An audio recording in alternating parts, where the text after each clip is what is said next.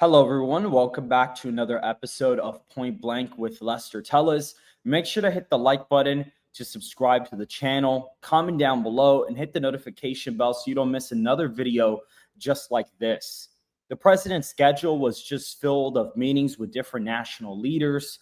Some press closed meetings. I believe he's having some at 2:30, 3:15, and about 4:30. He's having like a couple meetings with different foreign leaders to discuss him meeting with Zelensky and Putin, as well as resolving different national conflicts and wars, bringing peace deals all over the place, because the president obviously wants to be able to rack those up in his portfolio, because he did campaign on being the peace president in the 2024 presidential election.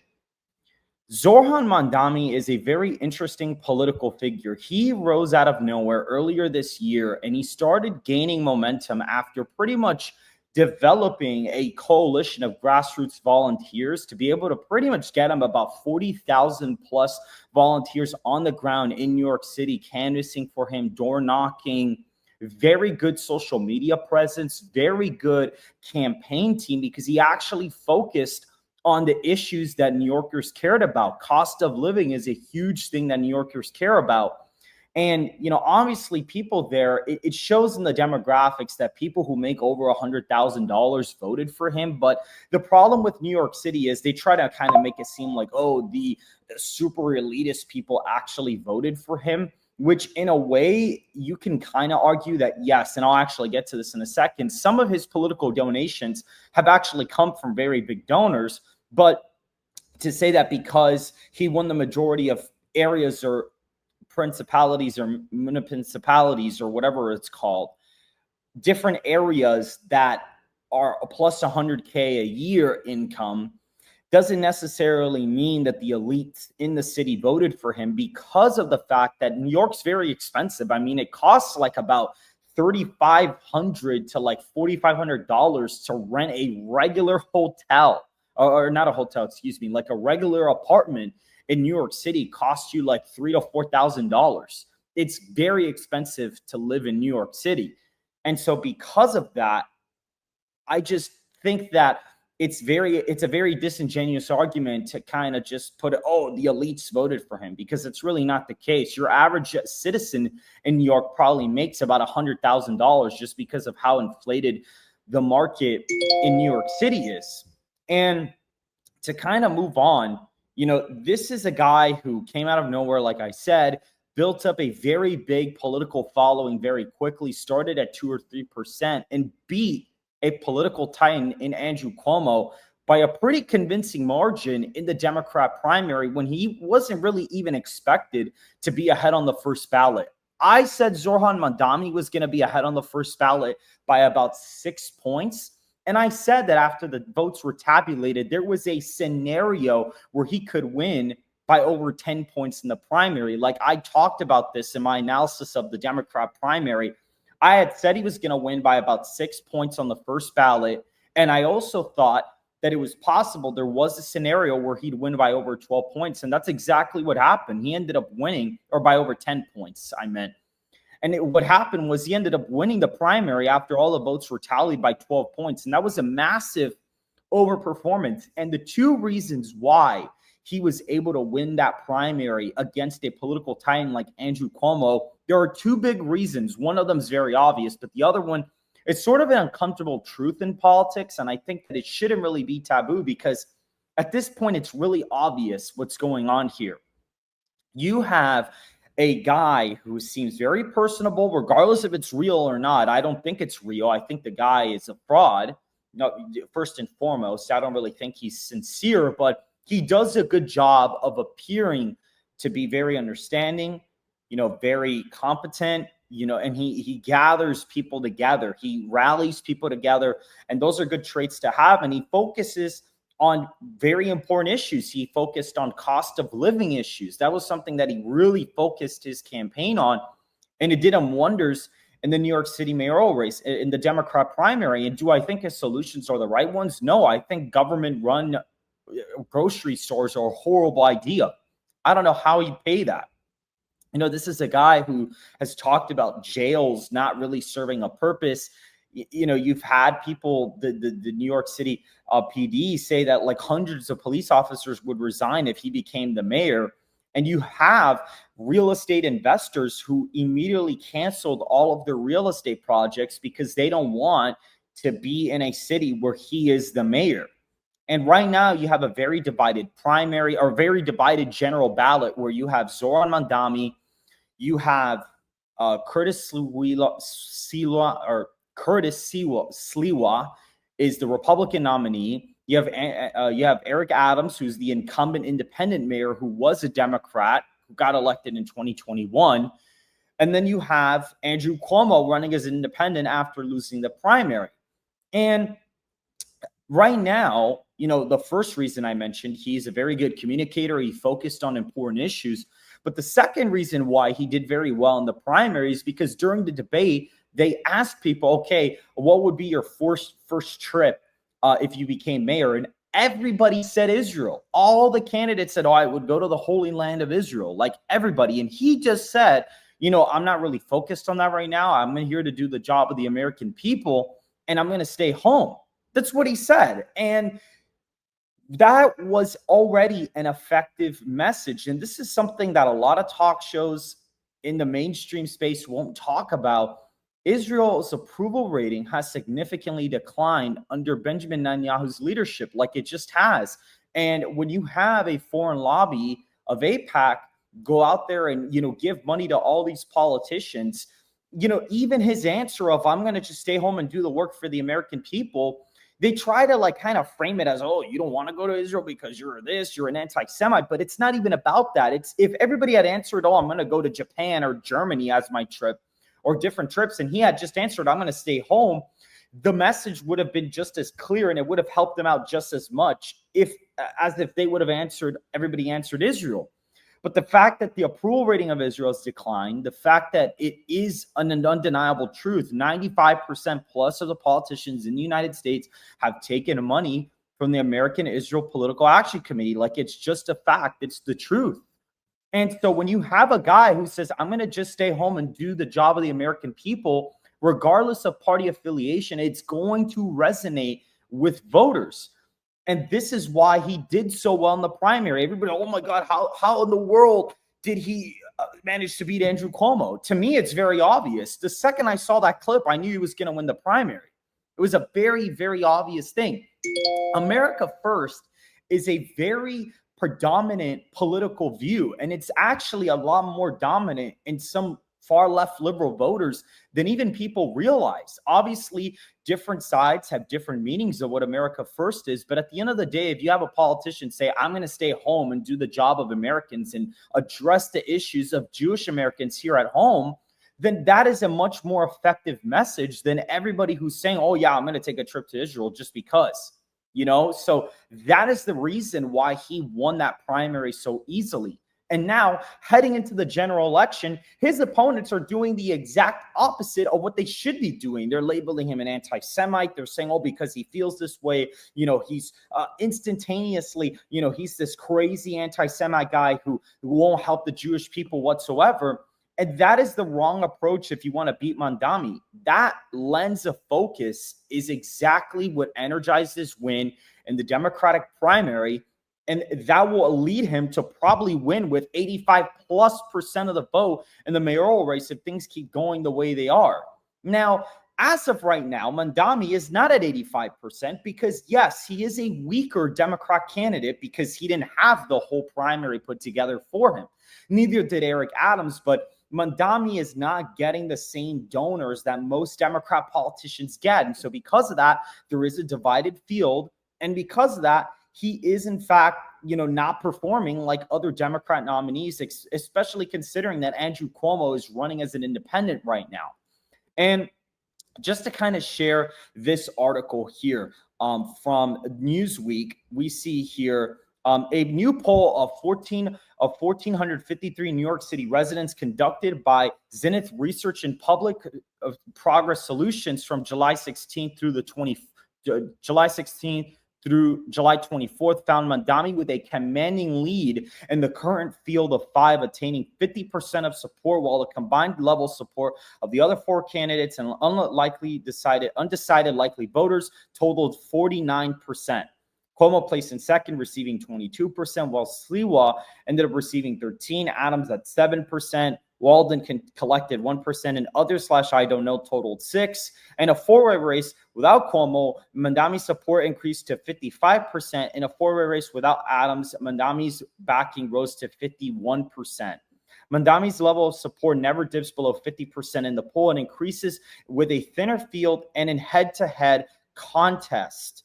A one-on-one matchup between Mandami and Cuomo results in a win of the Assemblyman of 52% of 40% per the poll, with an 8% undecided voter sample. Mandami's advantage grows if facing off against Adams, increasing to a 59% compared to a 32% for the sitting mayor. With the current 5 candidates in the race, Mandami holds a commanding 28-point lead over Cuomo, who splits the opposition with Sliwa and Adams. Adam Carlson, founding partner of Zenith Research, said in a statement provided to Newsweek, with a majority of voters saying they wouldn't even consider voting for Cuomo and Adams' net favorability being lower than Donald Trump's, Sliwa mirrored in the low teens, and it's hard to see how anyone can put a serious scare into Mandami in a split field. And even in a head-to-head field, Mandami is the overwhelming favorite to be the next mayor of New York City. And again, we see here, of course, again, going on to the next thing here, we'll also see another poll. I believe this is a different one, unless this is the same one from before. This might actually be the same one from before. But there is another poll, okay, that has him at 50%, and we see it's the same one. In the 4-way race without Adam, he's at 51, and then without Adam, he's at 51. And then without Cuomo, he's at 55%. Adams at 14, Sliwa at 16, Walden at about 4%. So it's very obvious that this is bad news for anybody who's trying to challenge Mandami. And this is a Democrat internal poster, so that is also going to give more credence to Mandami. But at the same time, even in other polling, he's ahead considerably for the most part. I mean, it's sitting anywhere between 40 to 50% of the popular vote in New York City. It doesn't really seem like he's on his way to lose the mayoral race right now. And we see here, again, he's effectively managing his strategy, and he's paying Donald Trump and Cuomo as the establishment in the race, because Donald Trump and Cuomo are teaming up together in this to beat Mandami. And he's turning that into a message of, oh, the elites are after me. That's what he's doing. And you even see him talk about it in this clip right here. I would be remiss if I did not directly address some of the news that we saw come out just a few hours ago, which is that the president of this country, Donald Trump, has been coordinating with Andrew Cuomo in direct conversation with the former governor. It is Trump billionaires who have been opposing our campaign's vision for a city that New Yorkers can afford. It is Donald Trump himself who has been directly conspiring with candidates who have decided to give up the people that they are supposed to protect in lieu of securing power through the assistance of that same administration in Washington, D.C. This should be a race about addressing the questions of who will make the city affordable, who will ensure that each and every New Yorker is safe, who will bring our city forward, not an audition for the best jester for Donald Trump and his billionaire supporters. Whatever Donald Trump seeks to do to influence the outcome of this election, I have more faith in New Yorkers themselves, who have shown, whether it be in the previous presidential election or whether it be through this primary race, that they do not want to support our current president's vision of a New York City that is ripping immigrants from their homes, that is detaining New Yorkers on the basis of political expression, that in fact what they want is someone who can stand up to an authoritarian administration and to the billionaires that gave us that administration. Right. And so that's the thing, guys. Like, he is making a good point there. And of course, when you actually look at polling, I mean, two-way, Mark Halpern show did a poll on the race, and Donald Trump actually ranks like second place in most of the polls. They included Donald Trump in a lot of the questions, and he ranks like second or third above the other mayoral candidates besides Mandami. So it's not like Mandami criticizing Donald Trump is going to ruin Donald Trump's image, but he's wheeling this coalition that Trump's trying to build effectively to attack his opponents that are actually mired in the billionaire class. Like, it is an effective strategy. And he's focusing on cost of living. Everything is tying back to cost of living. That's what he's focusing on. And it's a really big issue in New York. And if you're the only one focusing a lot on that issue and actually providing solutions, whether or not I agree with them or the majority of voters agree with them, you're going to do better than the other candidates. And so this is why he has gained so much traction. Okay. There is something here that I have, which is really interesting. Right here, there's like a financial disclosure from Zohran Mandami here from 2022 that shows the only real property he owns is 4 acres in Uganda, valued at 150 to 250K. And he was also born there. Okay. And U.S. cities should not have mayors who are born in other countries. Yeah, that is true. This is this is a good point. I actually think it should be a U.S. constitutional amendment that you have to be born here to serve any political office. Like, I don't even think that just applies to the presidency. I think anybody, any office, it should be that you had to have been born in the United States in order to serve that office. That's my opinion. I think it's an America First position. And that's just my view on it. This tweet does have a really good point. I don't even think Mandami should honestly be a candidate because he wasn't even born here. And I'm not saying that to be bigoted. I just think that if the president of the United States has to be somebody of U.S. citizenship, I think that should also apply to every single office. I don't care if Mandami was black, Asian, I don't care. Even if he was white but not born here, it doesn't matter. He wasn't born here. He's not from the United States. And he should not be allowed to run because he wasn't born here, the same way that Ted Cruz possibly couldn't have even ran because of some issues of his citizenship in Canada and different things. It's the same exact thing. So this tweet does bring up a really good point. We also have this, which is interesting because, of course, Zohran Mandami does position himself as the man of the people, and he's done very well at it. But what's really interesting here is I pulled up this tweet, and it says, in the 2025 New York City mayoral race, one name shows up as a campaign fundraising intermediate. I believe it's like an intermediate, like somebody's mediating. That's what they're trying to say, like a mediator for Zohran Mandami with a staggering total, $1.6 million. Here's the problem. McFarlane is the only mediator who has no disclosed donors as required by law. So that's also something interesting. He doesn't disclose who his donors are. And then this guy, he is a developmental officer at the George Soros-funded the Action Lab, a nonprofit activist incubator. So it's really interesting that there's a guy that donated about $1.6 million to this that is, in fact, like, it is big money. So, if, yes, Mandami's doing a good job at painting Cuomo as this type of guy who just takes money from billionaires, but like Zohran Mandami's parents are like, his mom is a movie director. She's like worked for Disney before. Like, he knows a lot of people in Hollywood. Like, this is not somebody who is like Zohran Mandami. As much as he tries to make it seem like he's from the people, he's also not.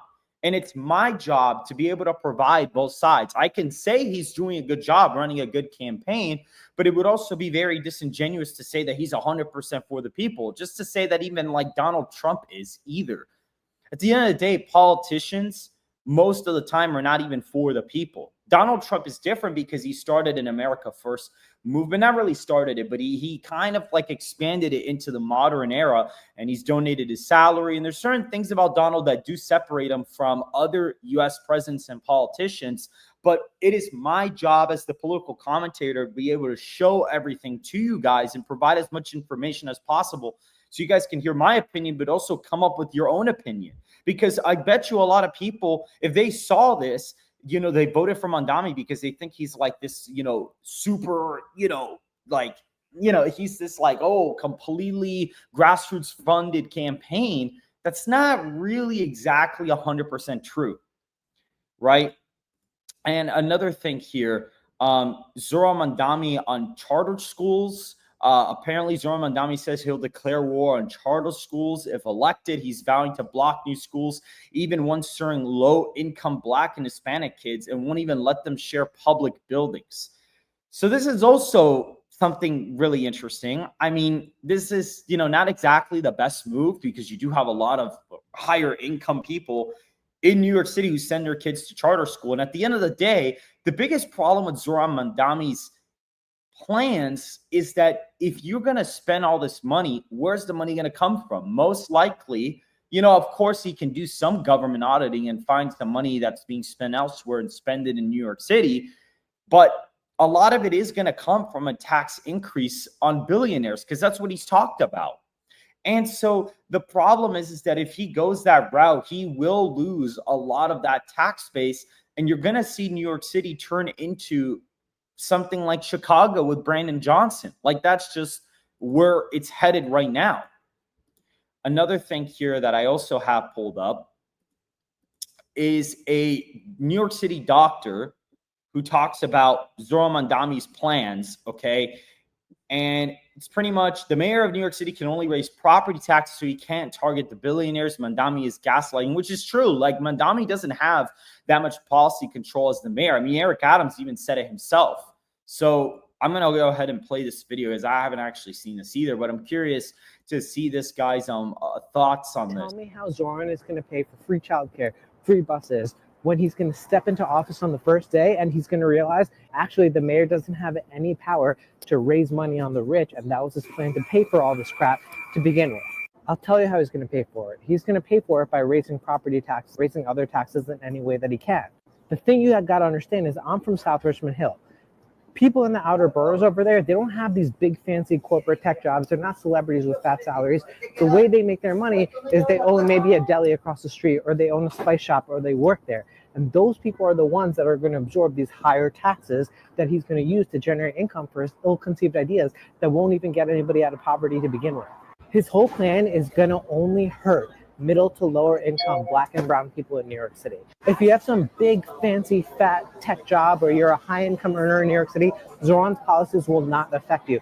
It'll affect people that I grew up with, Black and brown people in South Richmond Hill, where I worked in Flatbush or in Brookdale. It'll affect people where I went to high school in the Bronx. These are the people that are going to affect it. So all the rich white people that voted for him because they think that they're doing something good for minorities, you effed up. But don't push your vote through November, because the guy's a scam artist.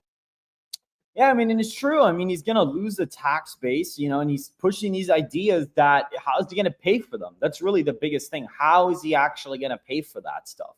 That's also another really big issue. And then he went on to say, Zohran Mandami also made this comment as well by saying that he's going to be Donald Trump's worst nightmare, which honestly, look, he's been doing a good job separating himself from Cuomo, and using kind of Donald Trump's involvement with Andrew Cuomo to attack Andrew is a good move. But to just attack Donald Trump and call him Donald Trump's worst nightmare, he just gave the GOP like free midterm advertisement, because that was not a smart move to say, in my personal opinion. That isn't a smart move to say. Donald Trump in the two-way poll ranked second on like opinions on issues of cost of living. So for him to just attack Donald Trump and say he's Donald Trump's worst nightmare, it's a big problem, because Donald Trump cut the margin in the state of New York in half from 2020 to 2024. And so it's just not a smart idea to go this route.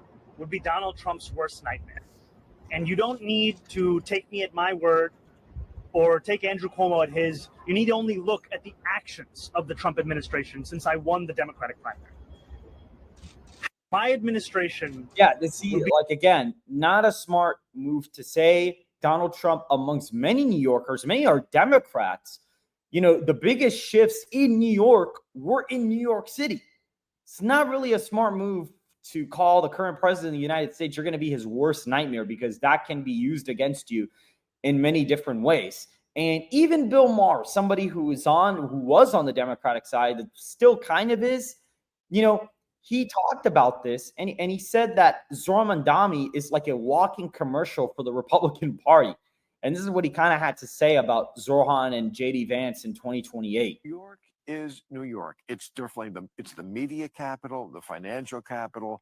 It is a bellwether like no other city is in this country. So don't tell me that who the mayor of New York is doesn't matter. Let me play devil's advocate for a second. Do you think, let's say, on the seize the means of production, do you think the mayor, that one person, if he's a democratic socialist, do you think that he would have the power and influence to be able to like usher in socialism? He definitely has the power and influence to elect J.D. Vance or whoever is the Republican candidate next time.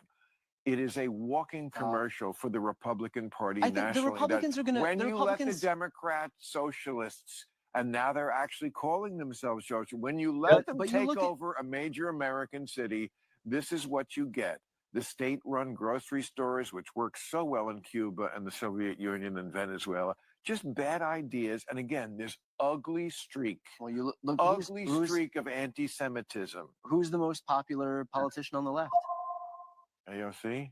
I don't know. One of. That's not even that. First of all, that's not even true. The most popular politician on the left is Kamala Harris, because she was the Democrat nominee. So that's not even accurate. They try to make it seem, AOC is the, face of the Democrat Party. Like, these cheap shot, takes to kind of, like it's these cheap Republican, shots at the Democrats. I would actually say probably the most popular Democrat politician right now is probably Mandami himself. That is probably going to be the most popular politician in the Democratic side by the end of the year. Like, honestly, if Zohran Mandami was born in the country, he'd be the favorite to win the 2028 Democrat primary right now. Like, he would be the favorite to win the Democrat nomination. He'd have like a 50-something% odd in the betting markets to win it. Bernie is, I mean, he's not a capitalist. No, he's not, and he's also not president.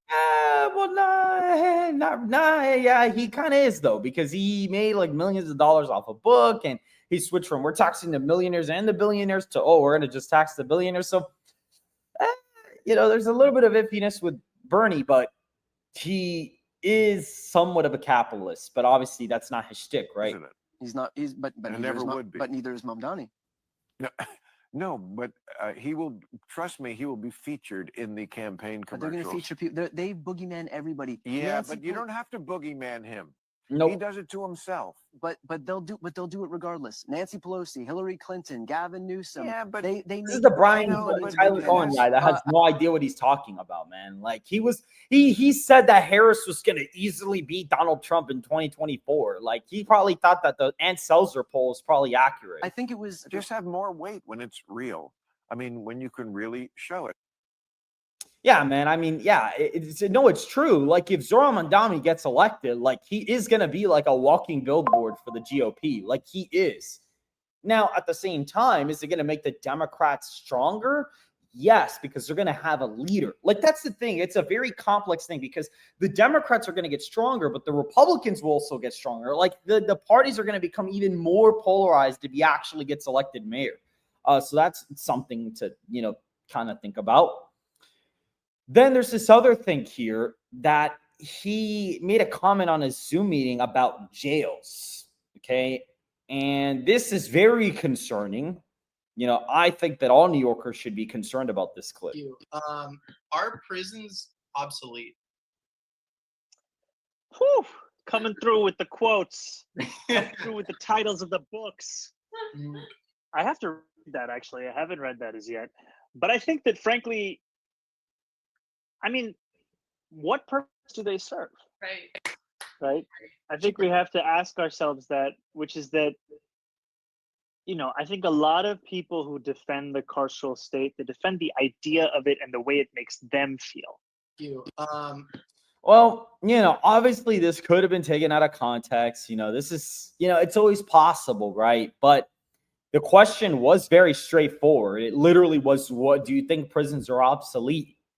And he says, what purpose do they serve besides making people feel good? Like, first of all, that's not the purpose of it. The purpose is to hold people who've committed crimes, especially like high level crimes. First of all, like these people are like, you know, either serial killers or they, you know, caused a really, really bad accident, or they've hurt people, or they've committed very big financial crimes. Like, this is like people that really, like, they should not be in the public life, in the public society. And this guy here is just saying, yeah, like, I mean, honestly, yeah, like, that's the thing. It doesn't even make sense, because if this guy became the mayor and, you know, he kind of holds this position, to be fair, he hasn't held this position in the election, because if he did, Curtis Sliwa would currently be the front runner of the race. But it is something to think about, because this guy has said this before. And it's like, under this logic, like, Diddy would be released. Like, you know, Diddy would be released. Like, oh, what's the purpose of the prison? Like, you know, okay, then all right, I guess Diddy gets to go free. Like, you see, like, it's not a great view to have, in my opinion. It's not good whatsoever. And then the final clip on Mandami that I have here is a short from the Patrick the David podcast, and it's something that Patrick said, and it kind of goes into the point that he is kind of like a walking billboard for the Republican Party. And this is what he kind of had to say about it. And you know how I know that it's working is it used to be enough that the president of the United States would say that he's a socialist. But now he calls me a communist. Well, because kind of are, though. Because the socialism just isn't hitting. Like, you see, well, look, I understand what he's trying to do. Like, you know, he's trying to be smart, but he is a communist. Like, he is. He literally wants to have government-run grocery stores. That's literally communism. Like, that is a communist idea. Like, Trump's not even making that up. Like, this guy is more of a communist, and he even is like a socialist. Like, I have a Democrat friend who is a Florida statesman for the Democrat Party, and he does not want Mandami to win. And this is a guy that, like, was a delegate for the DNC. He voted for Harris in the primary as a delegate. Like, this is not like this guy is on the very, very left of the party. Okay. So for him to be bragging about somebody calling him a communist instead of a socialist isn't exactly the best move with independent voters. The way it used to. Look at PBD smile, because we know there's a part of me that wants to see this guy win, to prove what happens in the book Fountainhead or Atlas Shrugged, that those people that create the jobs will leave, and they're going to go take their money to a different city and economy, and then your tax revenue drops. And if your tax revenue drops, you want to add free bus services or free daycare that's going to cost you $3 billion a year. What are you going to do if your tax revenue drops? If your tax revenue drops, where does that additional money come from? We sometimes need a case study for other people to be aware that can happen to your city very soon. So as much as I don't want to see it happen, I'm a Yankees guy. We own a minority ownership in Yankees. There's a part of me that wants to see this happen for the market to see what doesn't work. You know, and Patrick, you know, I guess, you know, Patrick, obviously, you know, I've met him once or twice. I worked with them on his election night stream. I was calling the states with Tom Ellsworth. So, you know, I know him. I understand how he thinks. And I guess he really sees this as an opportunity for the market to see what does not and what doesn't work. And he kind of shares the same vision that I have, that it'll kind of boost the Democrat energy, but at the same time, it is going to be an example to other states, other governances to see what doesn't work in American politics and what hasn't worked for hundreds of years in different countries. So at the end of the day, Mandami does have a very commanding lead in New York City, but it's New York City. You know, the Democrat almost always wins. The fact that he's at 50% isn't good, like, at all. That's actually really bad, the fact that he's at 50%. But I don't really think there is a scenario where he can lose the election, because he got 450,000 votes in the primary. And Eric Adams got like 700,000 votes in the general election. So I expect Mandami to get more than that. And so there's really no way for Mandami to lose the mayoral race, to be completely honest with you. I almost think it's pretty much impossible for him to lose it at this point, considering the trajectory of the race. Now, moving on to current events. Right now, the president Donald Trump wants a deal to end, Russia's war by August 8th. Like, this is what he wants to happen.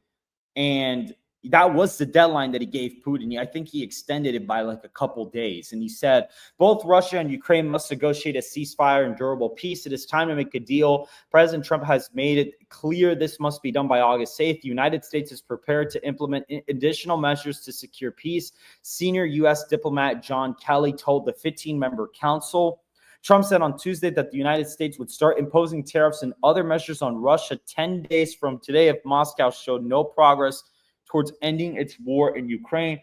Kyiv and Moscow have held 3 rounds of talks in Istanbul this year that yield exchanges of prisoners and bodies, but no breakthrough to defuse the more than 3-year conflict.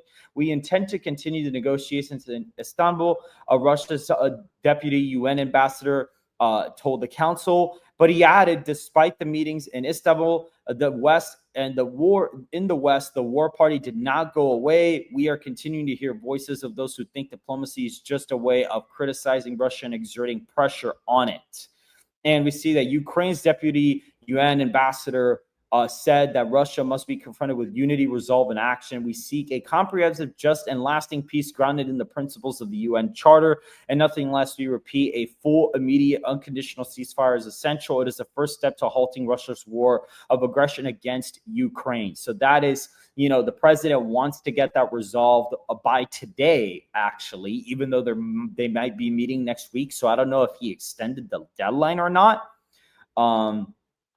Now, the president also just imposed, he doubled the tariff on India somewhat recently because of the fact that they are buying Russian oil, and the president obviously doesn't want that. So he actually imposed tariffs. And it's kind of funny because Modi is like literally right next to him, I think, as he says this. President Donald Trump has doubled levies on India to 50% to punish it for buying Russian oil.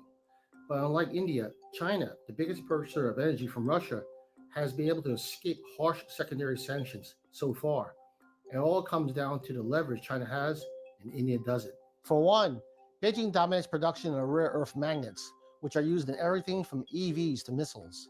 The threat of China slowing the pace of exports of critical minerals to a trickle, like it did early in the year, may be making Trump's administration think twice about criticizing Xi for his no-limits partnership with Vladimir Putin.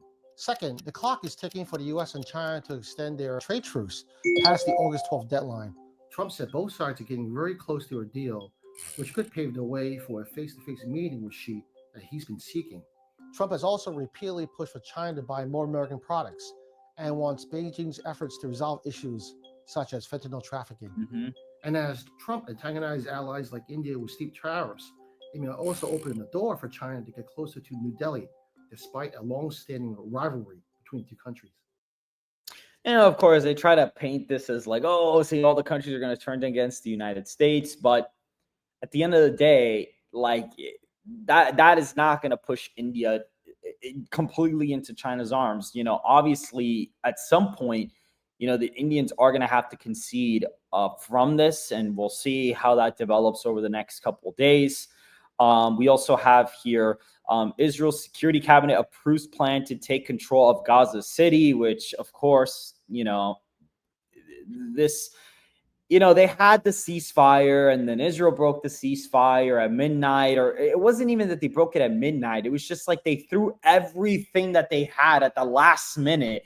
And because of that, then Gaza and, Palestine had to like basically attack back. Like, it's like, you can't like agree to a ceasefire and then like launch all your stuff. That's like you're fighting. So like it's like two people fighting, and then like they keep fighting, and then they stop, and they agree to stop fighting at like 12 a.m. And at 11:59 p.m., one of the guys just starts punching the living hell out of the guy to get like the last move in. Like that's basically what happened. And so it put the other people in a position where they didn't really have a choice but to also retaliate. So then both eventually ended up just breaking the ceasefire, right? So that is what happened, so he is, they did actually announce this not that long ago. and he also said, U.S. President Donald Trump's ambassador to Israel, Mike Huckabee, told Reuters that some countries appear to be putting pressure on Israel rather than on the militant group Hamas, whose deadly attack on Israel in 2023 ignited the war. Well, okay, that's, all right. In Israel, families of hostages held by militants in Gaza, opposition leaders blasted Netanyahu for a decision that would put hostages' lives at risk.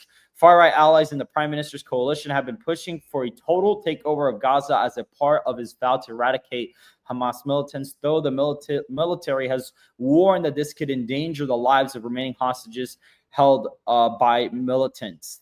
And we see that the opposition leader called the decision to send Israel forces into Gaza City a disaster, saying it defied the advice of military and security officials. He accused far-right ministers of dragging Netanyahu into a prolonged campaign that will result in the death of hostages and soldiers. So again, we see that Israel is continuing the force against Gaza and Palestine. Then we also have here that Bitcoin is surging to about an all-time peak of just about 112K. I actually think if we look at the current price of Bitcoin as of right now, it's currently sitting at 116K, which, by the way, our friend Gold Crown Politics from the election actually started his own crypto channel, and I will be inviting him on here as like a frequent guest to actually talk about crypto and the economy, because he is very knowledgeable in that, and I think it is going to be a useful resource for the show. People who watch this, for news can also get their crypto and economic news on here as well. Obviously we just started the show, but the whole point of this show is that I want everything to be point blank. Everything we talk about, we are point blank, no pun intended, on all the topics. And I want this show to be a comprehensive report on everything that's going on throughout the day and, many other things. Like, that's what I want the show to be. And so because of that, I am going to be inviting him on as a frequent guest to talk about the economy and different things. Okay. And, Trump Fed chair interim position. It says here that Wall Street seeks a set for weekly gains as Trump's interim Fed pick maintains easing hopes. And we see here, August 8th, Wall Street advanced on Friday, taking indexes closer to a strong weekly finish after President Donald Trump's interim pick for a Federal Reserve governor post kept expectations alive for a dovish policy.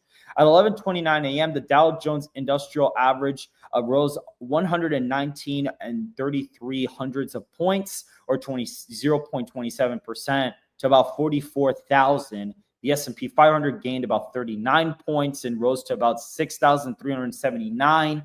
And the NASDAQ composite gained 167 points, or 0.79%, to 21,000.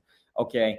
Trump on Thursday nominated Council of Economic Advisors Chair Steve Moran to a short-term board seat following Adriana's Kolger's abrupt exit last week, as he narrowed his shortlist to succeed Fed Chair Jerome Powell, whose term ends on May 15th of next year. Moran, who is often aligned with Trump, has previously implied that Powell was too late in lowering rates. On Thursday, Bloomberg News also reported that the Fed Governor Christopher Waller was emerging as a leading contender for the chair post. Investors remain conflicted about the Fed's leadership overhaul, balancing concerns about the institution's independence against growing anticipation of deeper rate cuts ahead. So obviously you have a new, person in that Fed governor spot. And then, of course, you see more stuff here about the redistricting. And I'll actually go ahead and pull this article up really quick. I have two articles actually on this as of right now. But we do see here that Republicans' redistricting push in the state of Texas triggers a political arms race. Redistricting, the art of drawing the district boundaries that determine representation, is a messy, opaque, confusing, and inherently political. It typically happens only once a decade in each state after the census produces new demographic data. But that once a decade cadence now looks like the next political norm to fall. It's customary for the party in control of redistricting to draw maps that weaken the voting power of the opposition while maximizing its own political advantage. And gains of technology and data have also made it possible to draw lines even more precisely. And we even see here Texas Governor Greg Abbott cited constitutional concerns when he called a special session of the state legislature to draw new congressional maps. But there's also a clear political motive that Republicans haven't been shy about discussing. Republicans currently hold a narrow majority in the U.S. House of Representatives. The midterm elections are nearing, and the party in power typically loses seats. President Donald Trump, a Republican, has said the Texas GOP should seek to redraw the lines in a way to add as many as 5 seats to the Republican column. A proposed map released this week aims to fulfill that objective. And then, of course, you had Democrat leaders say that pretty much this has set off a sort of redistricting arms race with Democratic leaders in other states saying that they could redraw the lines to offset Republican gains, which isn't really accurate because the Democrat states, the deep blue ones with the supermajorities, are actually way more gerrymandered than the red states with supermajorities. The Republicans are just kind of evening out the playing field here. So that's really what is happening. Okay, that's really what's going on right now. And Democrat governors in Illinois, New York, and New Jersey also said they're exploring options, but they're already super gerrymandered states. Like, that's the problem. They're already very gerrymandered states, except for New Jersey. New Jersey, it's a little bit more fair. But other than that, they are very gerrymandered already. And so that's kind of an issue. And then we see here that Texas Democrats know they may lose the redistricting protest, but hope to spark a national fight. And this, again, kind of mentions how the Democrats left the state to protest the map, which now they all have arrest warrants on them. And, you know, some have returned, some have not.